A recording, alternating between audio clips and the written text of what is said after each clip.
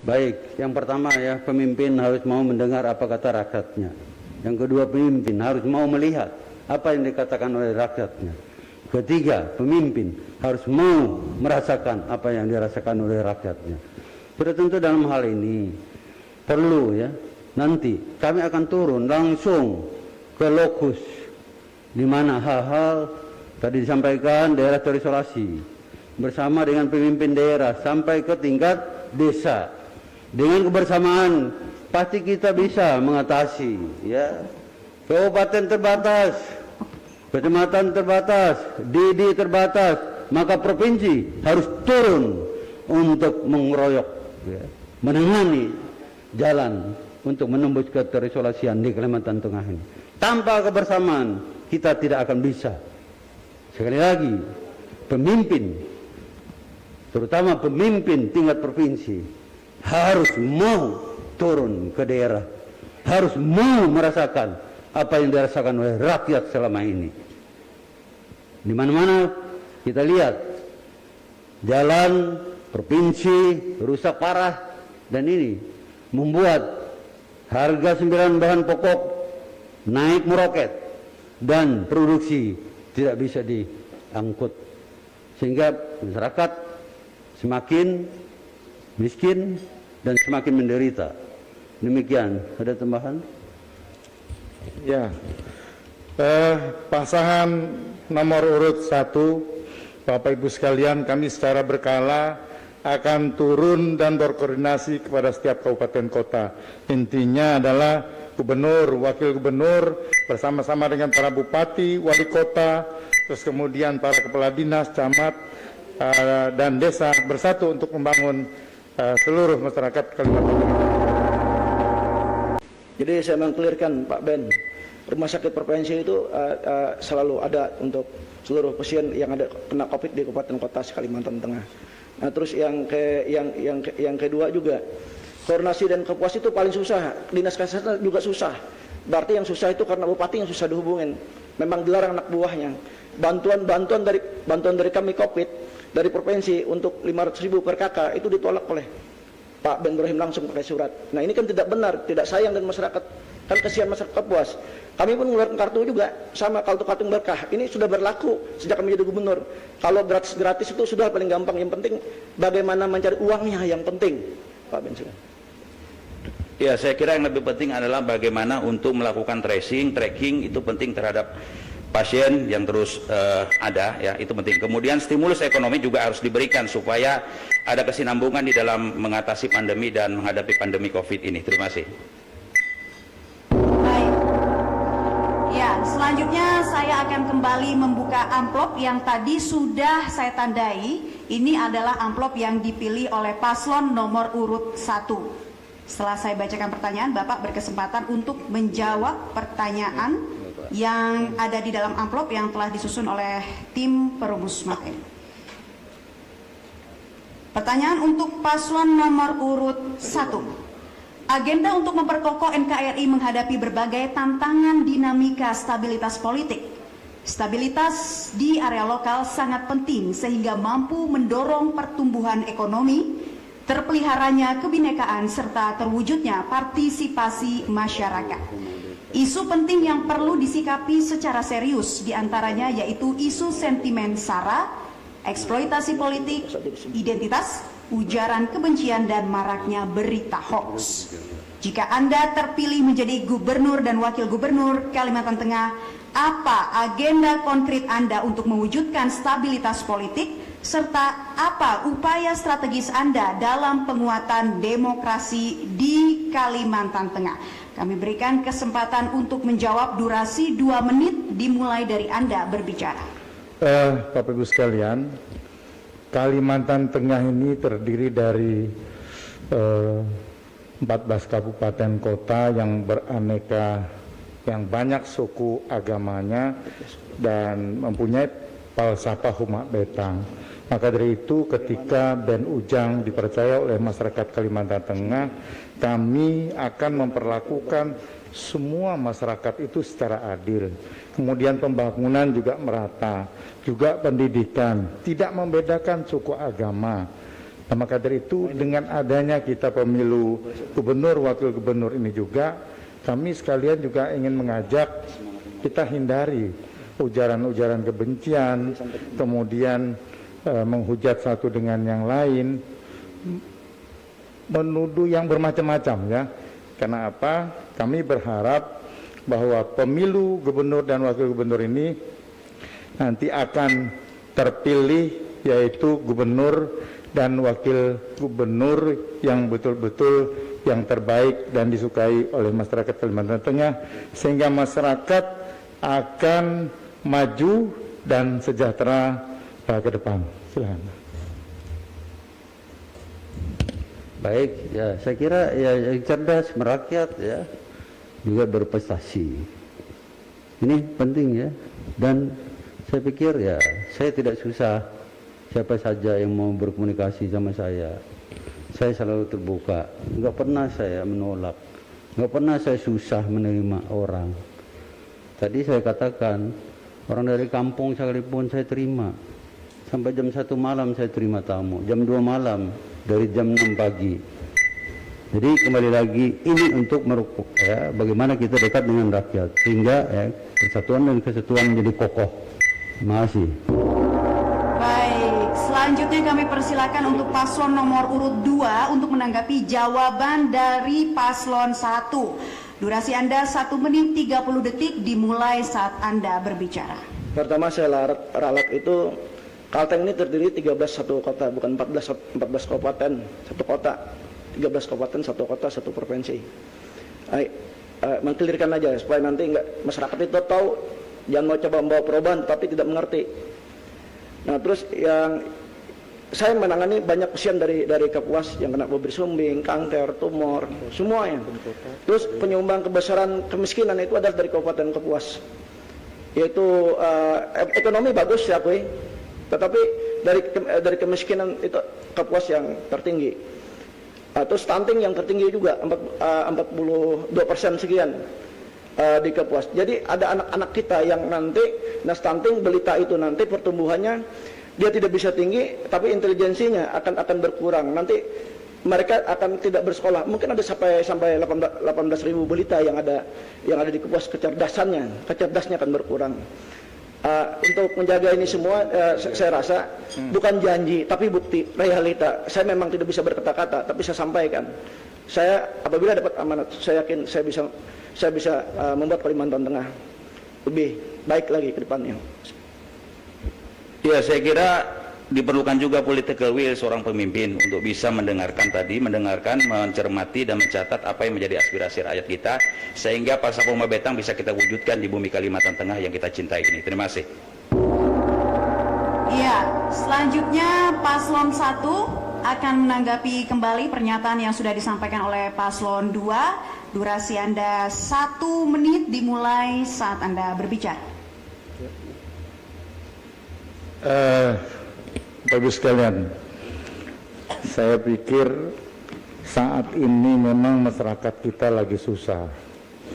Kalau kita lihat di permukaan, memang masyarakat Kalimantan Tengah ini sepertinya adem ayem, tidak ada permasalahan.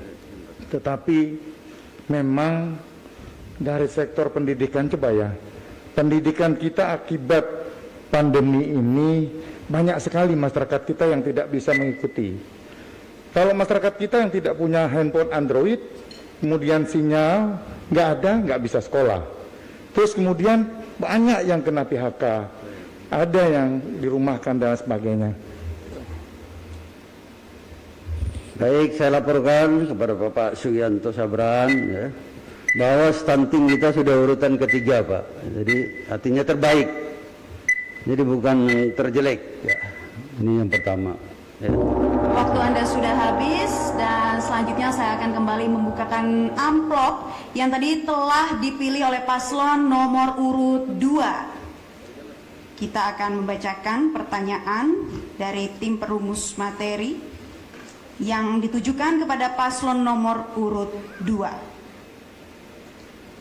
Pembangunan pesat menjadi magnet besar migrasi atau perpindahan penduduk ke Provinsi Kalimantan Tengah. bagaimanakah strategi paslon agar penduduk lokal, penduduk Dayak tidak tersisih dari akses pembangunan Tempun Peta Manane Sare, Kajang Bisa Kuat, dan dapat hidup sejahtera berdampingan secara harmonis dengan masyarakat pendatang. Kami berikan kesempatan paslon 2 untuk menjawab. Waktu Anda 2 menit dimulai dari Anda berbicara. Baik, terima kasih. Saya kira untuk mengatasi migrasi perpindahan dari desa ke kota yang pembangunan juga semakin pesat, saya kira perlu seorang pemimpin ke depan memiliki jiwa kepemimpinan, leadership, kemudian juga politikil yang kuat ya, dan mau bekerja sama dengan seluruh rakyat Kalimantan Tengah. Apa itu? Dengan cara membuat gagasan-gagasan yang memang langsung menyentuh kepentingan rakyat Kalimantan Tengah. Kita ketahui 80% masyarakat Kalimantan Tengah ini bekerja di bidang pertanian.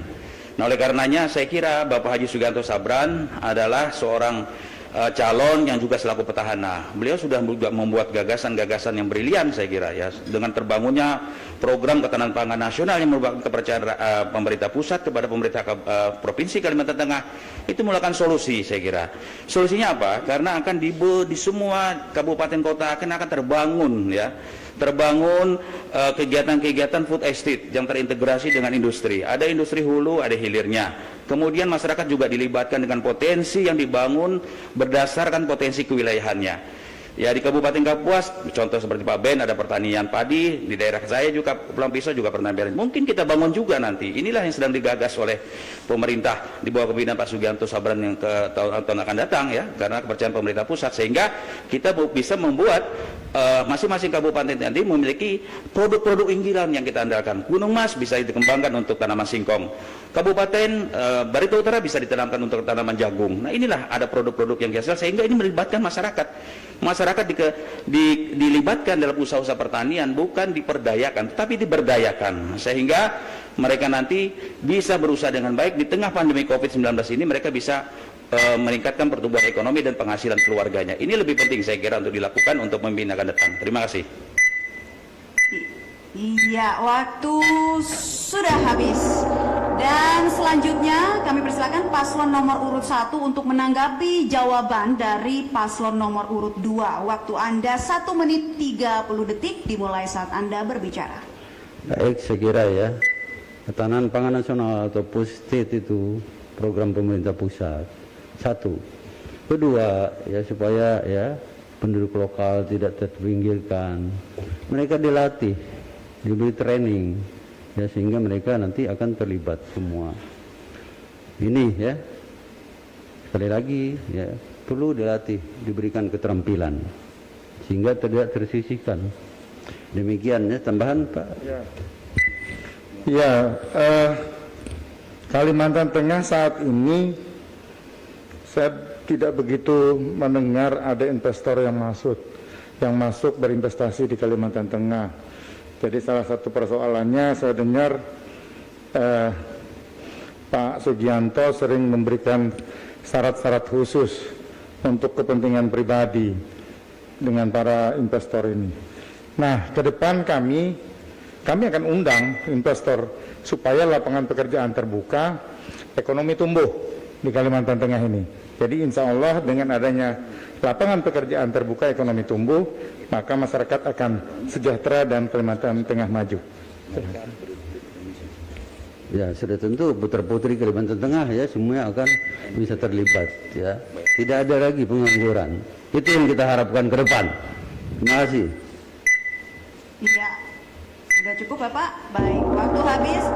Dan selanjutnya kami persilakan untuk paslon 2 menanggapi kembali. Durasi Anda 1 menit dimulai saat Anda berbicara. Terima kasih Pak Ben. Jadi saya mengklirkan bahwa pot estate ini saya ajukan dan Pak Presiden ketika rapat di Istana Negara, rapat terbatas lengkap dengan Menko, Wapres dan Menteri Kabinet Maju. Terus kami ingin sampaikan juga pot estate ini kami yang bicara. Kenapa di Kalimantan Tengah? Provinsi lain sangat banyak yang ingin. Alasnya pertama, Kalimantan Tengah ini luas, 15.500.000 hektar dan penduduknya kecil. Kita butuh, pot estate ini akan menjadi perbedaan kita dan provinsi lain. Bahwa 14 Februari 2017 itu sejarah saya bicara dengan Pak Presiden dan Menko dengan menteri yang lain. multi year effect dari PTS ini sangat luar biasa nanti, baik untuk terhadap infrastruktur, jembatan, udara, pelabuhan ini nanti pelabuhan di Kalteng akan menjadi ada pelabuhan utama di Kalimantan Tengah. Nah, terhadap dampak terhadap tenaga kerja nanti akan menciptakan ratusan ribu tenaga kerja, bahkan jutaan tenaga kerja apabila ini terjadi pembangunan, apabila kita bersama-sama kompak dan harmonis. Baiklah, kita berikan tepuk tangan dan semangatnya. Ambil amplop yang ada di dalam kotak. Silakan Bapak. Silakan. Dalam berbagai kajian problema masyarakat adat Kalteng, banyak masyarakat lokal yang terbelenggu oleh larangan kebijakan pemerintah terhadap rutinitas pekerjaan tradisional yang secara turun-temurun mereka lakukan, seperti penambang tradisional atau konvensional, peladang berpindah, dan hak-hak masyarakat adat di atas tanah adat. Kaitannya pula dengan perlakuan sertifikasi tanah masyarakat adat dibandingkan dengan program masyarakat transmigrasi yang langsung mendapat sertifikat tanah. Apa rencana kebijakan strategis yang dilakukan oleh paslon agar pekerjaan yang mentradisi dalam kasus-kasus tersebut tidak menyengsarakan mereka? Kami berikan kesempatan untuk paslon nomor urut 2 menjawab terkait soal studi kasus. Durasi Anda 2 menit dimulai saat Anda berbicara. Baik, terima kasih. Saya kira terkait dengan masalah kearifan lokal masyarakat yang bisa berusaha, pemerintah Provinsi Kalimantan Tengah, kebetulan pasangan nomor urut 2 ini Bapak Haji Sugianto Sabran adalah selaku petahana, tentunya untuk memberikan kesempatan kepada masyarakat untuk bisa berusaha, ya. Salah satunya adalah menerbitkan peraturan daerah, yaitu peraturan pemerintah daerah Provinsi Kalimantan Tengah tentang kearifan lokal untuk melakukan berladang, pembakaran berladang dengan syarat-syarat tertentu, yaitu 2 hektar per kepala keluarga. Tentunya ini sangat membantu untuk masyarakat di Kalimantan Tengah, dan itu juga sudah ditindaklanjuti oleh peraturan gubernur untuk pelaksanaannya. Memang di dalam pelaksanaannya itu akan menyesuaikan dengan masa musim, ya. Sebelum masa musim terjadinya kebakaran hutan lahan akan dilakukan secara terbatas oleh masyarakat kita. Nah, kemudian dalam rangka untuk pembelaan terhadap hak rakyat, kami juga akan memberlakukan untuk memberikan hak pengelolaan hutan adat di Provinsi Kalimantan Tengah. Saya sebagai kepala daerah di Kabupaten Pulau Pisau telah mengeluarkan izin untuk pemberian pengelolaan hutan adat di tahun 2019, dan itu sudah dikeluarkan oleh Kementerian Lingkungan Hidup. Konsep inilah yang nanti akan kami kembangkan di Kalimantan Tengah bersama dengan Bapak Sugianto Sabran bila mana kami terpilih, dan ini bisa melindungi hak-hak ulayat masyarakat adat Dayak kita untuk mereka secara arif bijaksana dilibatkan dalam usaha-usaha yang mendukung kegiatan mereka, termasuk berladang, ya. Dan kemudian juga di bidang pertambangan perlu juga regulasi untuk penataan untuk wilayah pertambangan rakyat. Nah, tentunya juga harus disesuaikan dengan regulasi yang akan diberikan oleh pemerintah pusat kepada pemerintah kabupaten. Saya kira demikian mandat kami. Terima kasih. Masih ada waktu? Baik. Sudah selesai? Paslon 2 memberikan jawaban, dan kami perkenankan paslon 1 untuk menanggapi jawaban dari paslon nomor urut 2. Durasi Anda 1 menit 30 detik dimulai saat Anda berbicara. Baik, ya. Untuk Perda nomor 1 tahun 2020 ini merupakan perda inisiatif dari DPRD Provinsi Kalimantan Tengah. Dan kita salut dengan DPRD Provinsi Kalimantan Tengah. Kemudian yang kedua, tidak terdengar, ya, keberpihakan kita terhadap peladang tradisional, bukan peladang yang berpindah, ya. Peladang tradisional, ya. Kalau di daerah irigasi kita diberikan, ya, kita berikan mereka pupuk untuk pembukaan lahan. Nah, ini perlu dipikirkan ke depan. Nanti Ben Ujang, ya, akan membantu dalam hal, ya, untuk peladang tradisional ini. Misalnya membuka lahan mereka, beri bantuan yang sama, ya, misalnya pupuk, dan PPL pun nggak ada kan di peladang tradisional. Nah, ini ke depan Ben Ujang akan melakukan. Terima kasih. Saya tambahkan, pertama kita perlu memberikan kesempatan kepada masyarakat untuk diberikan wilayah pertambangan rakyat. Kemudian kebijakan Pergub tentang galian C itu saya lihat berimplikasi terhadap mahalnya segala pasir dan urukan terhadap masyarakat. Hilangnya pekerjaan masyarakat kecil ya dengan adanya Pergub tersebut. Jadi nanti akan kami revisi supaya berpihak kepada masyarakat kecil saya rasa. Baik. Kemudian paslon 2 silakan untuk menanggapi kembali pernyataan yang disampaikan paslon 1. Durasi Anda 1 menit dimulai dari Anda berbicara. Jadi Pak Ben ini sukanya memfitnah dan Pak Ujang. Ini masalah Pergub berlaban ini adalah inisiatif pemerintah, bukan DPRD, Pak. Itu inisiatif pemerintah gubernur, bukan DPRD, saya ingatkan. Terus Pak Ujang mengatakan juga tadi, izin ini bupati yang memberikan dulu, baik pun kebun itu ada di bupati, bukan di gubernur. Kira-kira kalau lingkungan rusak, masa gubernur disalahkan. Yang kedua, Pak, masalah tambang, ini baru kan tahun 2017 baru bisa dilaksanakan GLNC. Waktu Bapak berdua yang masih jadi bupati Pak Ujang 10 tahun, Pak Ben masih periode kedua melanjutkan. Kebijakan Bapak kemana, Pak? Lingkungan tidak jelas, lingkungan banyak rusak. Bapak rusak lingkungan, membiarkan banyak tambang liar. Kecuali Bapak menyetujui, tapi kita ini harus melihat semuanya harus diakomodir kepentingan masyarakat. Kedua, mempersiapkan ya pelayanan dalam hal ini ya untuk perawatan seperti yang kami katakan tadi. Rumah sakit penuh kontrak hotel sehingga semua menampung pasien-pasien rujukan dari seluruh wilayah Kalimantan Tengah. Nah, ini harapan kita ke depan dan ini yang akan kami lakukan ke depan. Saya yakin dan percaya dengan kebersamaan semua komponen, apakah tokoh agama, tokoh masyarakat, maka ya pandemi COVID-19 bisa kita tekan ke depan dengan cara kembali lagi ya bersama-sama, tidak hanya pemerintah tetapi juga tokoh dan seterusnya. Tapi yang jelas ya kita harus bagaimana mengedukasi, jangan ya kita pernah lelah, jangan pernah bosan untuk mengedukasi kepada masyarakat bagaimana protokol COVID dilaksanakan. Ini saja.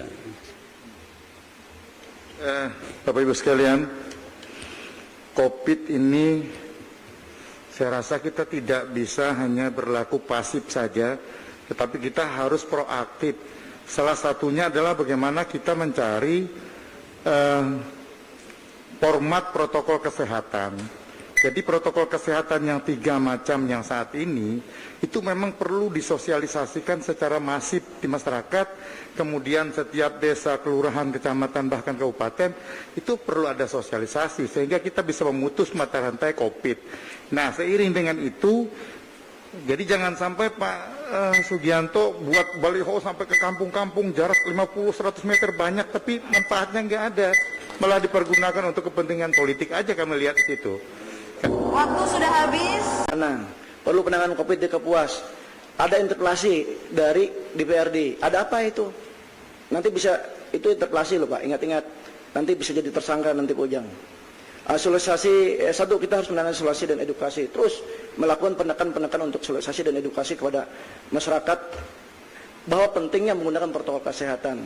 Pentingnya pakai masker, pentingnya mencuci tangan baik pun dengan air dengan disinfektan, terus pentingnya menjaga jarak, terus jangan berkerumun.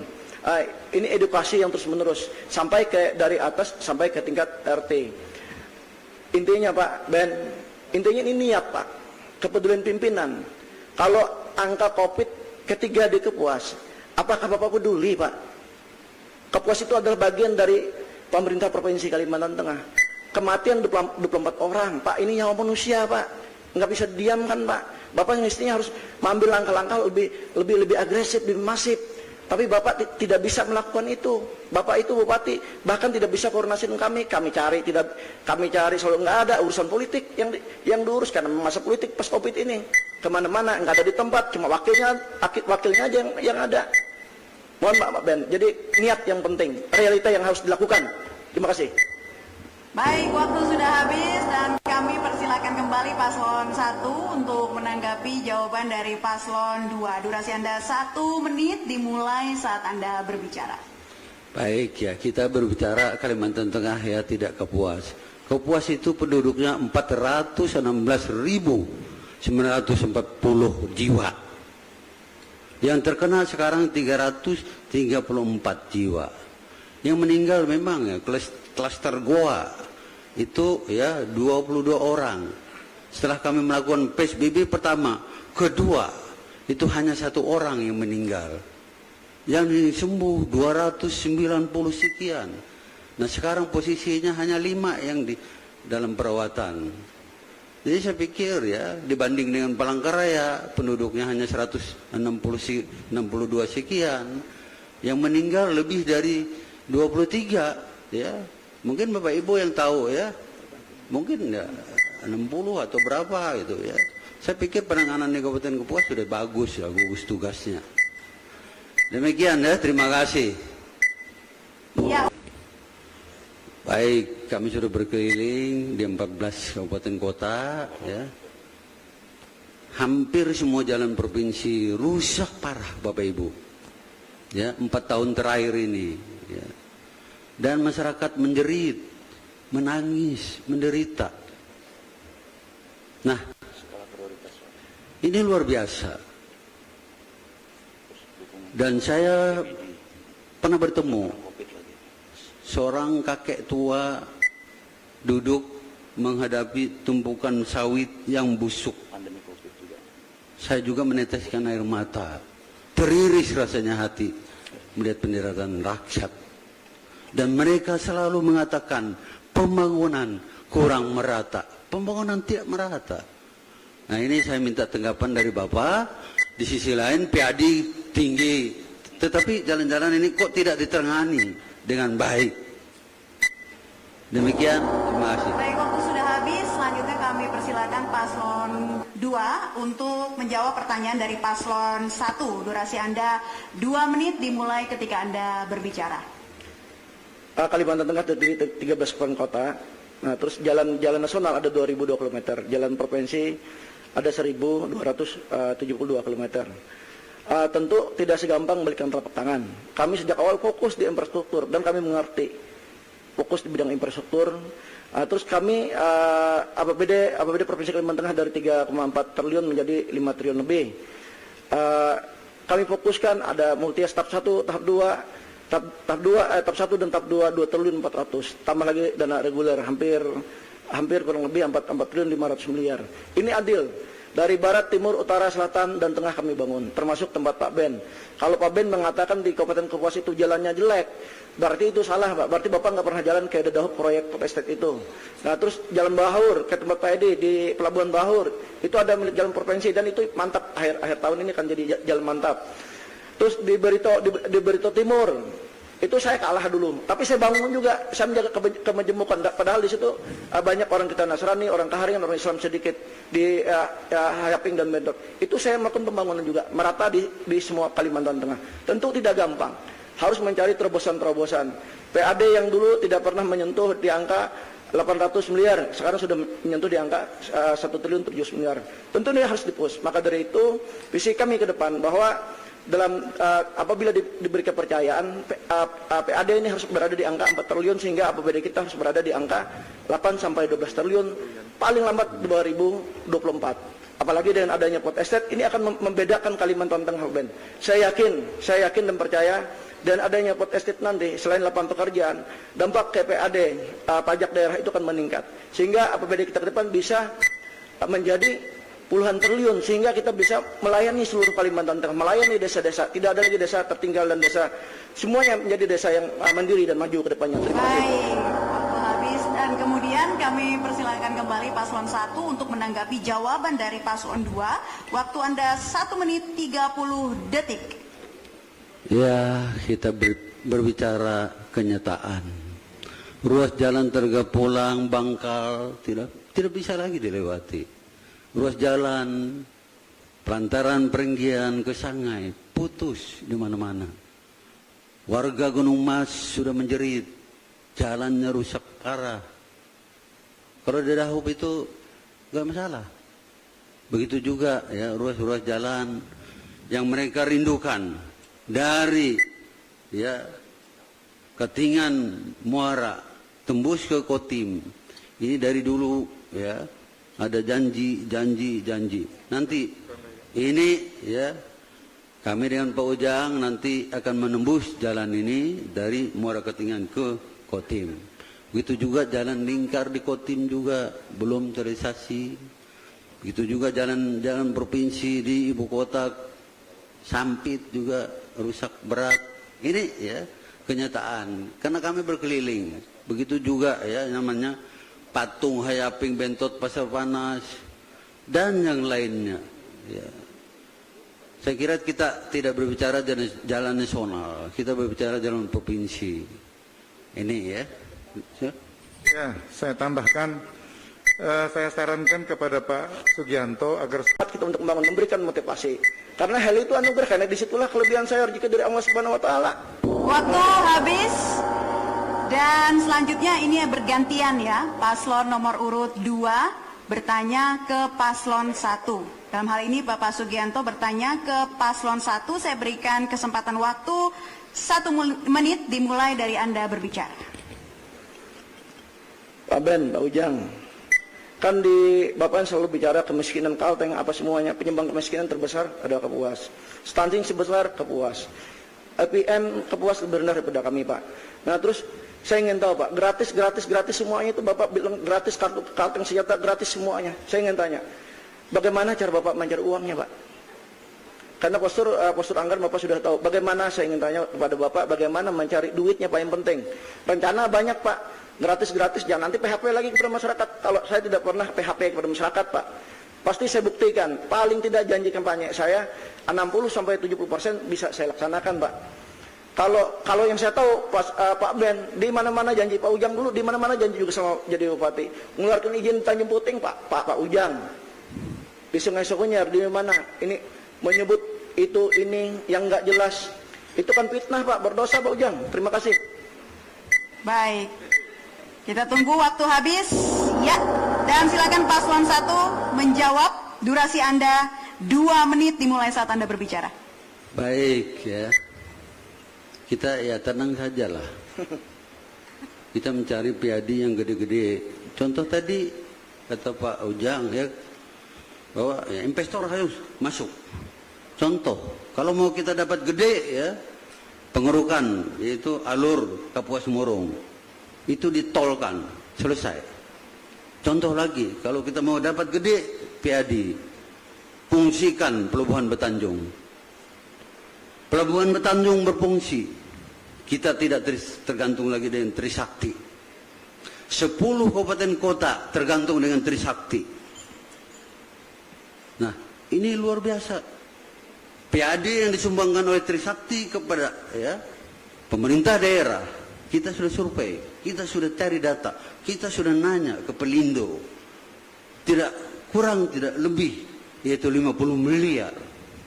Nggak usahlah 50 miliar, cukup 30 miliar untuk Betanjung kita dapat. Sudah. Alur, masuk investor, jangan dipersulit. Seperti kata Pak Ujang tadi, berapa kita dapat dari sana? Terus CSR harus transparan. Pasti kita bisa laksanakan. BPJS gratis, kemudian sembako, beasiswa, ini sudah dilaksanakan kok di Kapuas.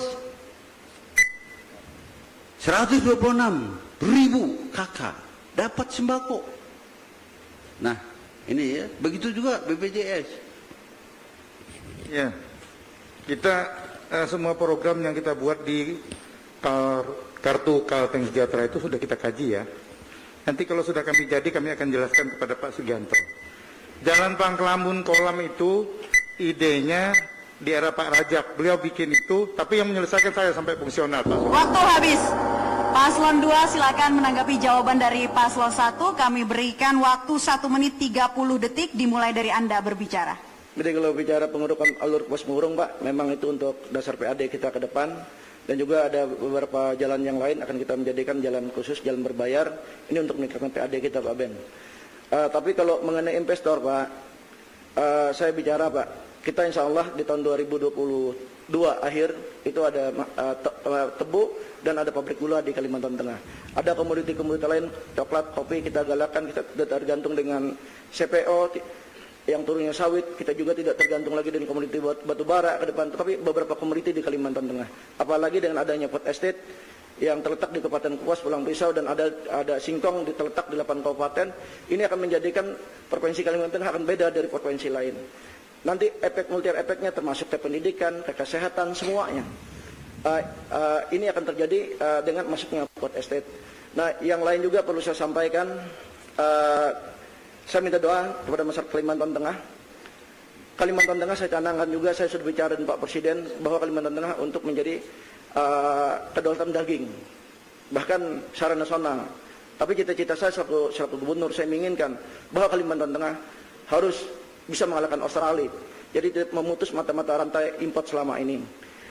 Nah, terus yang lain juga, yang ingin saya sampaikan juga, kita juga akan membuat pelabuhan utama di beberapa titik. Betanjung itu tidak layak Pak, harus dilihat dulu, setelah dikaitkan lihat dulu ke dalamnya 40 meter. Terima kasih. Ya, waktu habis. Paslon 1, silakan menanggapi argumen dari Paslon 2. Durasi Anda 1 menit, dimulai dari Anda berbicara. Kalau berbicara daging, itu program saya di Kobar dulu, integrasi sawit sapi. Jadi saya yang membuat izin ke Astra, bantuan pertama dulu kepada Sulung Range, pamannya Pak Sugianto ini dari pemerintah provinsi, kemudian berkembang, ya kan? Nah, sampai dengan saat ini, akhirnya Kobar itu menjadi swasembada daging. Jadi itu sudah dulu. Saya tambahkan yang tadi jalan kolam itu, Pak Raja duluan pertama idenya membangun jembatan, tapi 41 kilo jalan Pengelamun Kolam itu era saya. Nah, jalan layangnya itu 2 kilo.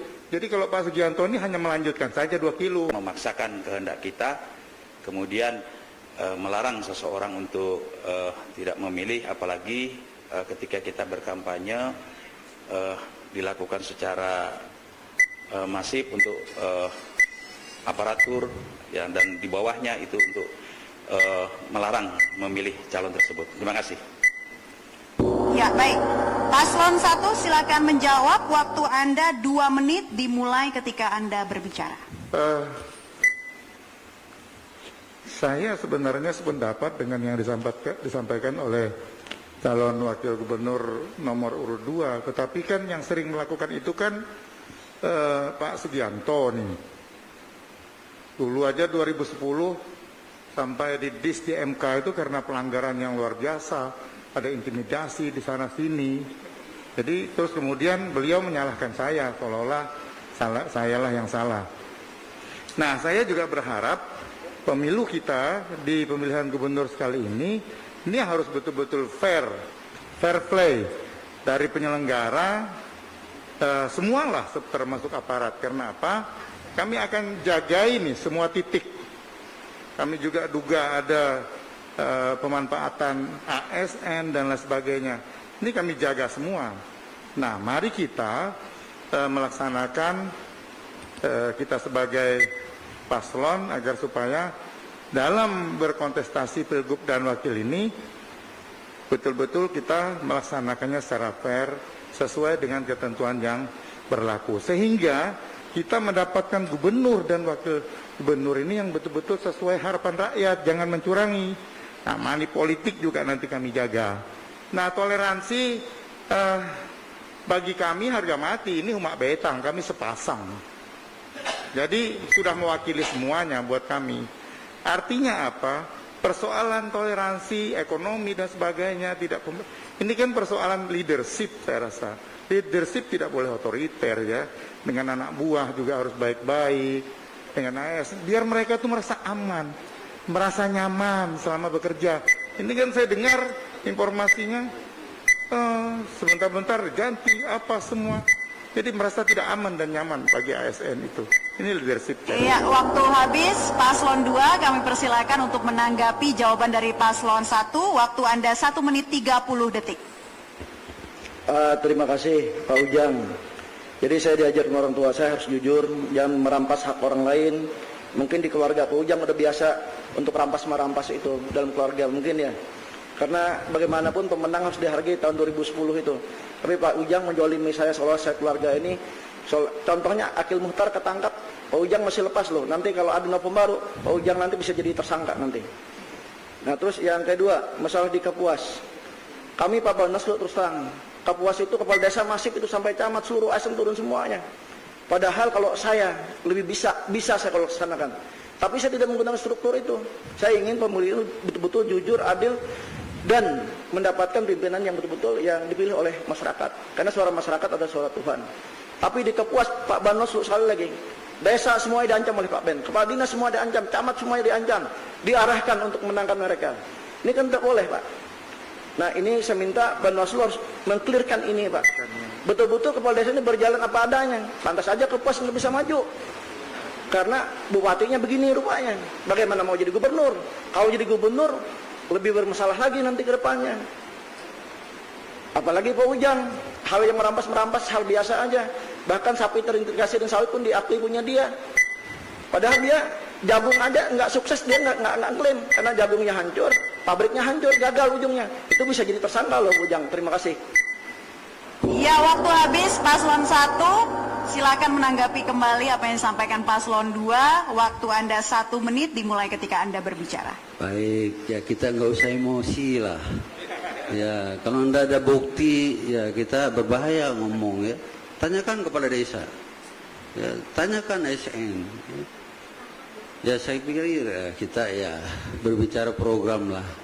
Ya, nah ini untuk Pak Edi ya. Ini Pak, rakyat Bapak juga menjerit di Belanti Siam 20 hektar SHM digusur oleh perusahaan. Mereka menangis Pak sama saya. Kemudian lagi di Tahai 30 hektar digusur SHM Pak. Saya bilang kenapa? Susah ditemui. Nah kemudian lagi Pak, ini gelisah di masyarakat dari daerah ya Kecamatan Kapuas Tengah ke Banamatingang. Ini ya 200 jarak dari di kampung itu digusur semua oleh perusahaan. Kemana lagi pengembangan desa? Waktu habis.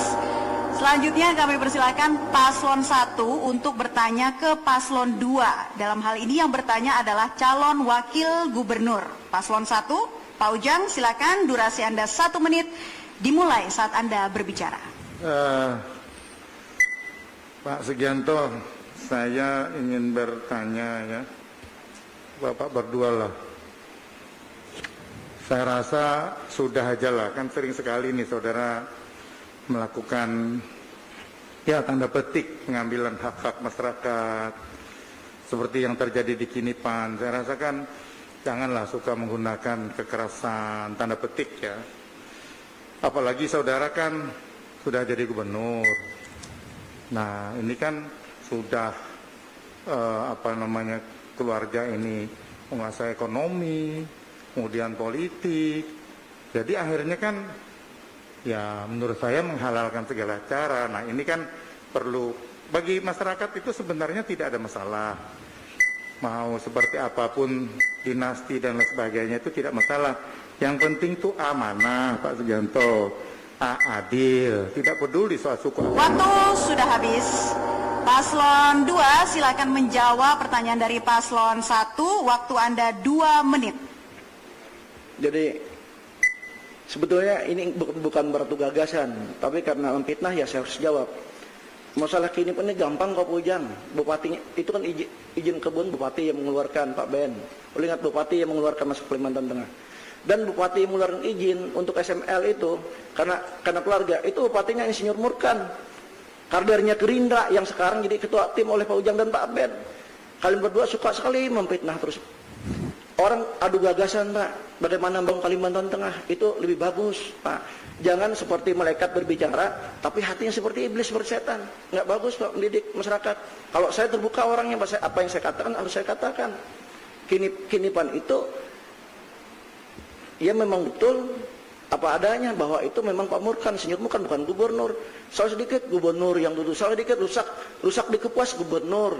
Pak Ben kalau nggak salah dari BKN juga itu dapat surat peringatan Pak, Bapak memindah-mindahkan orang tanpa menggunakan regulasi yang ada. Nah, ini sangat tidak baik juga Pak. Bapak juga saya kasih peringatnya itu. Untung saya sayang dan Bapak, karena Bapak sebagai abang saya. Tetapi saya bisa menggunakan tindak tegas semestinya waktu itu. Bapak bisa saya sekolah ke Mendagri sebagai gubernur Pak. Bisa 6 bulan sekolah Pak, karena menggunakan kebijakan yang salah. Iya, saya kira perlunya kita memang toleransi itu, dan ditanyakan tadi juga terkait dengan apa yang disampaikan Pak Ben, ya kembalilah kepada diri kita masing-masing. Saya kira kita juga berharap bahwa kita memberikan contoh terbaik lah, teladan bagi masyarakat Kalimantan Tengah. Apalagi ini nih kita mencari pemimpin yang betul-betul diharapkan rakyat Kalimantan Tengah. Oleh karenanya jadikanlah media ini untuk adu gagas, ada program. Itu saja barangkali dari kami. Terima kasih. Waktu habis paslon 1, kami persilakan untuk menanggapi jawaban dari paslon 2. Durasi Anda 1 menit 30 detik, dimulai saat Anda berbicara. Baik, saya setuju ya. Adu gagasan, adu program, ya. Tidak saling aturannya kan tidak saling serang menyerang kan. Dan saya pikir apa yang disampaikan oleh Pak Sugianto tadi itu saya sudah prosedur semua kok. Malah Pak Dirjen Bangda mengatakan saya dilaporkan supaya dikasih sanksi. Kata beliau, Pak Bupati sudah benar. Jadi apa yang saya kasih sanksi ke Bapak? Nah, sudah ya. Jadi ya saya pikir ya kita kembali lagi ya berkepala dingin ya, bagaimana kita ya adu program, adu gagasan untuk Kalimantan Tengah yang lebih maju ya, masyarakatnya sejahtera ya. Dan kembali lagi ya, tolong segera perbaiki seluruh jalan provinsi yang ada di Kalimantan Tengah yang rusak berat titik. Dengan ya tadi PIAD sangat luar biasa naik. Saya dengar ya. Kemudian mengenai Pelabuhan Betanjung, itu mengenai ya kajian-kajian ya pusat itu. Mereka yang bangun, Kementerian Perhubungan, dan sekarang ya Kementerian PU mau bangun jalan ke Betanjung. Nah, ini semua ya karena pendekatan kita. Terima kasih. Baik, sudah cukup Bapak? Waktu habis. Dan sekarang paslon 2 kami persilakan menanggapi kembali. Waktu Anda 1 menit dimulai saat Anda berbicara. Baik Pak Ben, saya setuju bahwa Pelabuhan Betanjung itu begini Pak. Memang proyek pusat boleh masuk Kalteng, tapi tidak jadi masalah. Tapi harus dicari dulu Pak, yang tepat. Pelabuhan Betanjung itu muara lautnya cuma 4 meter Pak. Dalamnya pelabuhannya pinggir pantai itu 7 meter. Oke, itu bisa sekitar 6.000 ton, 5.000 ton bisa. Tapi bermasalah itu mahal biayanya Pak, pengurukannya. Nah, memang itu bisa jadi alur nanti, orang berbayar, tapi lebih mahal. Nah, terus itu lagi yang menuju Pelabuhan Tanjung 52 kilo Pak. Kalau dibangun Pak itu amblas. Karena perlu ingat membangun pelabuhan Pak, membangun pelabuhan itu yang lewat kapasitas besar Pak. Untuk memberikan closing statement kepada paslon 1 dipersilakan terlebih dulu. Durasi Anda 2 menit 30 detik, dimulai ketika Anda berbicara. Bismillahirrahmanirrahim. Assalamualaikum warahmatullahi wabarakatuh. Salam, Om Swastiastu, Namo Buddhaya, salam kebajikan. Tabik selamat, lingkungan latai, salam sujud kerendam melempang. Warga Kalimantan Tengah yang kami cintai dimanapun berada, para relawan dan pendukung yang kami banggakan di seluruh kabupaten kota, kawan dan sahabat kami, Bapak Sugianto dan Pak Edi yang kami hormati. Dengan ini, debat ini tidak lebih daripada kontestasi adu gagasan dan visi misi. Maka mari kita bersama-sama menjaga pesta demokrasi ini dengan semangat persatuan dan kesatuan. Jangan ada provokasi dan jangan ada intimidasi. Karena yang lebih penting dari hasil proses demokrasi ini adalah bagaimana mewujudkan Kalimantan Tengah yang maju dan sejahtera untuk masyarakat Kalimantan Tengah. Cita-cita luhur ini hanya bisa kita wujudkan dengan semangat Ihsan Mulang, padu dengan semangat persatuan kesatuan dan persaudaraan sebagaimana semboyan bangsa Bhinneka Tunggal Ika. Tanhana Dharma Mangwa, yang artinya berbeda-beda tetap satu, tidak ada kebenaran yang mendua.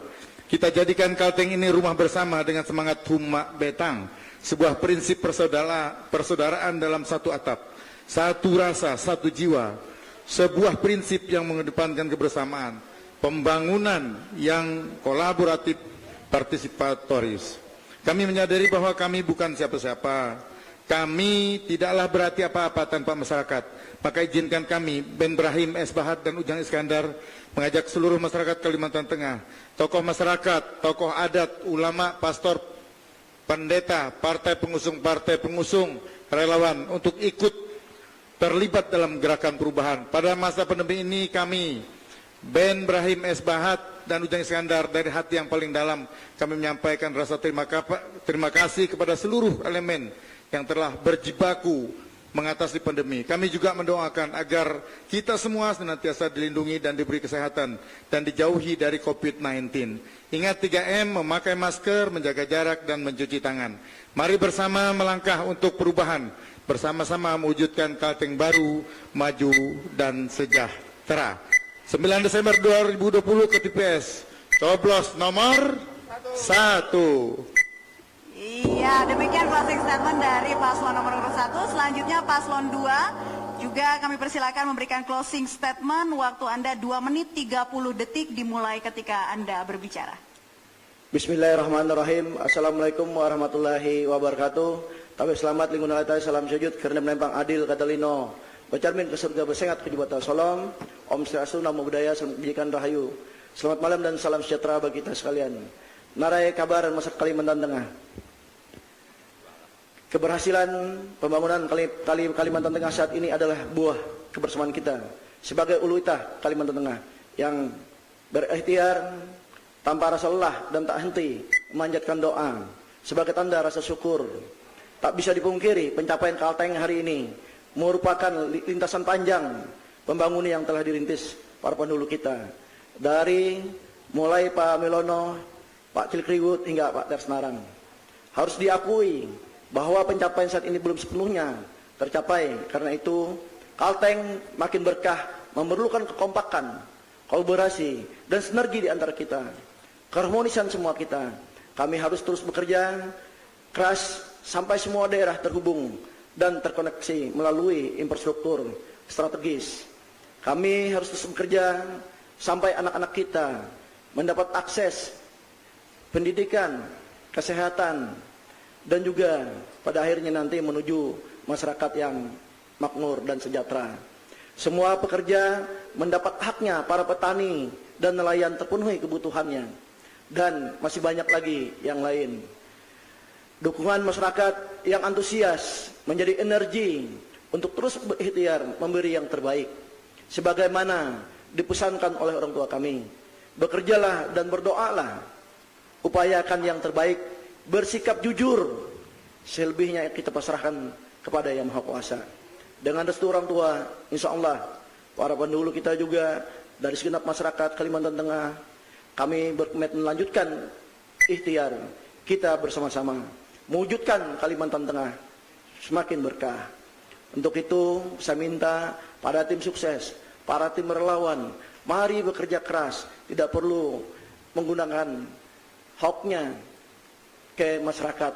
Ingin menang, kita bertarung harus jujur dan gentleman, tanpa menjelek-jelekan yang lain, kecuali itu sesuai dengan adanya. Untuk itu coblos nomor 2, coblos nomor 2. Iya, waktu sudah habis, demikian closing.